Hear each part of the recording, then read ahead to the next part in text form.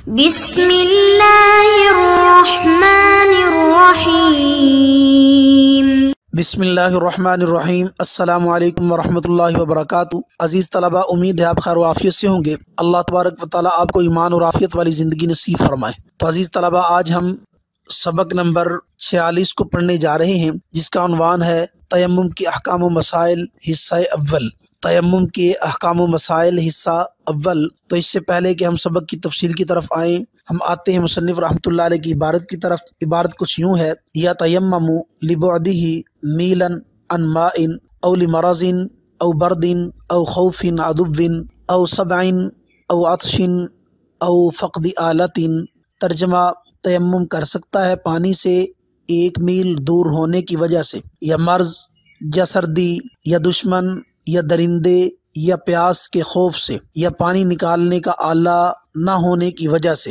تو عزیز طلباء، یہ تھا عبارت اور ترجمہ۔ اب ہم آتے ہیں اپنے مسئلہ مقصود کی طرف۔ آج کے سبق کے اندر ہم پڑھیں گے باب کے لغوی اور اصطلاحی، باب کے لغوی اور عرفی معنی، نمبر 2 تیمم کے لغوی اور اصطلاحی معنی، نمبر 3 تیمم کا خلیفہ ہونا اور تیمم کو وضو کے بعد ذکر کرنے کی وجہ، نمبر 4 تیمم کی مشروعیت کے دلائل، نمبر 5 اگر کسی کے پاس پانی نہ ہو تو شریعت میں اس کا کیا حکم ہے، نمبر 6 میل کی تعریف اور اس کی وضاحت، نمبر 7 تیمم کے وقت میں اختلاف، نمبر 8 خلاصہ سبق۔ تب ہم آتے ہیں اپنی پہلی بات کی طرف، یعنی باب کے لغوی اور عرفی معنی۔ باب لغت کے اندر نوع کو کہتے ہیں۔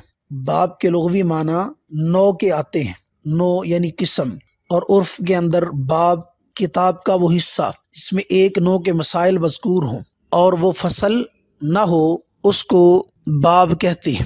تیمم کا لغوی معنی اور اصطلاحی معنی۔ تیمم کے لغوی معنی مطلقاً قصد کرنے کے آتے ہیں۔ تیمم کے لغوی معنی مطلقاً قصد کرنے کے آتے ہیں، اور شرعاً پاک مٹی کا بغرض طہارت استعمال کرنا تیمم کہلاتا ہے۔ اور بعض کا کہنا یہ ہے کہ عضوین مخصوصین میں پاک مٹی کے استعمال کو تیمم کہتے ہیں، مگر صحیح یہ ہے کہ چہرے اور دونوں ہاتھوں کو پاک مٹی سے مسح کرنے کا نام تیمم ہے۔ چہرے اور دونوں ہاتھوں کے پاک مٹی سے مسح کرنے کا نام تیمم ہے، اور قصد و ارادہ تیمم کے لیے شرط ہے، اور قصد و ارادہ تیمم کے لیے شرط ہے۔ نمبر 3 تیمم کا خلیفہ ہونا اور تیمم کو وضو کے بعد ذکر کرنے کی وجہ۔ چونکہ پانی سے طہارت حاصل کرنا اصل ہے اور تیمم سے طہارت حاصل کرنا اس کا خلیفہ ہے، اور خلیفہ اصل کے بعد ہی ہوتا ہے، اس لیے مصنف رحمۃ اللہ علیہ نے پہلے وضو کے احکام کو بیان کیا، اس کے بعد پھر تیمم کے احکام کو بیان کیا۔ دوسری وجہ یہ بھی ہے کہ قرآن پاک میں بھی وضو، غسل اور تیمم یہ ترتیب اسی طرح وارد ہوئی ہے کہ پہلے وضو، پھر غسل، پھر تیمم کا ذکر آیا ہے۔ نمبر 4 تیمم کی مشروعیت کے دلائل۔ تیمم کی مشروعیت کتاب اللہ، سنت رسول اللہ اور اجماع امت تینوں سے ثابت ہے۔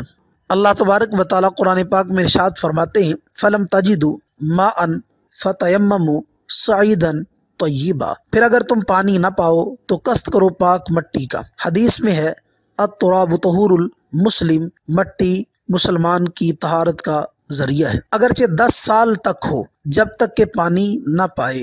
نیز تیمم کا ثبوت اجماع امت سے بھی ہے۔ نمبر 5 اگر کسی کے پاس پانی نہ ہو تو شریعت میں اس کا کیا حکم ہے۔ تو اگر کسی کے پاس اتنا پانی نہ ہو جو رفع حدث کے لیے کافی ہو، حالانکہ وہ شخص مسافر ہو یا مسافر تو نہ ہو مگر شہر سے باہر ہو، اور اس کے اور پانی کے درمیان 1 میل یا اس سے زیادہ کا فاصلہ ہو، تو ایسے شخص کے لیے جائز ہے کہ پاک مٹی سے تیمم کرے۔ میل کی تعریف۔ میل کسے کہتے ہیں؟ شریعت میں میل 1/3 فرسخ کو کہتے ہیں۔ شریعت میں میل 1/3 فرسخ کو کہتے ہیں، جو 24 انگل والے گز کے اعتبار سے 4000 شرعی گز کا ہوتا ہے۔ جو 24 انگل والے گز کے اعتبار سے 4000 شرعی گز کا ہوتا ہے، اور انگریزی حساب سے 1.83 کلومیٹر بنتا ہے۔ کوئی تیز چلنے والا شخص اس مسافت کو تقریباً 12-15 منٹ میں طے کر سکتا ہے۔ نمبر 7 تیمم کے وقت میں اختلاف۔ تیمم کے وقت میں اختلاف۔ امام ظفر رحمۃ اللہ علیہ کے نزدیک اگر وقت نکلنے سے پہلے پانی تک پہنچ سکتا تھا تو تیمم جائز ہی نہیں، اور اگر وقت نکلنے کا خوف ہو تو 1 میل سے کم میں بھی تیمم جائز ہے۔ جبکہ امام ابو یوسف رحمۃ اللہ علیہ کے نزدیک اگر ایسی صورت ہو کہ ایک شخص پانی کے لیے جائے گا اور وضو کرے گا تو قافلہ اس کی آنکھوں سے غائب ہو کر چلا جائے گا تو اس کے لیے بھی تیمم جائز ہے، جبکہ امام محمد رحمۃ اللہ علیہ کے نزدیک مطلقاً 2 میل کا فاصلہ جواز تیمم کے لیے ضروری ہے، جبکہ امام محمد رحمۃ اللہ علیہ کے نزدیک مطلقاً 2 میل کا فاصلہ جواز تیمم کے لیے ضروری ہے۔ تو عزیز طلبہ، یہ تھا ہمارا آج کا سبق، جس کے اندر ہم نے باب کے لغوی اور عرفی معنی، تیمم کے لغوی اور اصطلاحی معنی، تیمم کا خلیفہ ہونا اور تیمم کو وضو کے بعد ذکر کرنے کی وجہ، اور تیمم کی مشروعیت کے دلائل، اور اگر کسی کے پاس پانی نہ ہو تو شریعت میں اس کا کیا حکم ہے، وہ تیمم کب کر سکتا ہے۔ نمبر 6 میل کی تعریف اور وضاحت۔ نمبر 7 تیمم کے وقت میں اختلاف۔ نمبر 8 خلاصہ سبق۔ تو عزیز طلبہ، یہ تھا ہمارا آج کا سبق، جس کے اندر ہم نے 7 چیزوں کو پڑھا۔ تو اللہ تبارک و تعالی ہمیں تفقہ فی الدین نصیب فرمائے۔ اللہ تبارک و تعالی دین کو سمجھ کر اس پر عمل کرنے کی اور اس کی اشاعت کرنے کی توفیق نصیب فرمائے۔ بآخر دعوانا ان الحمد للہ رب العالمین۔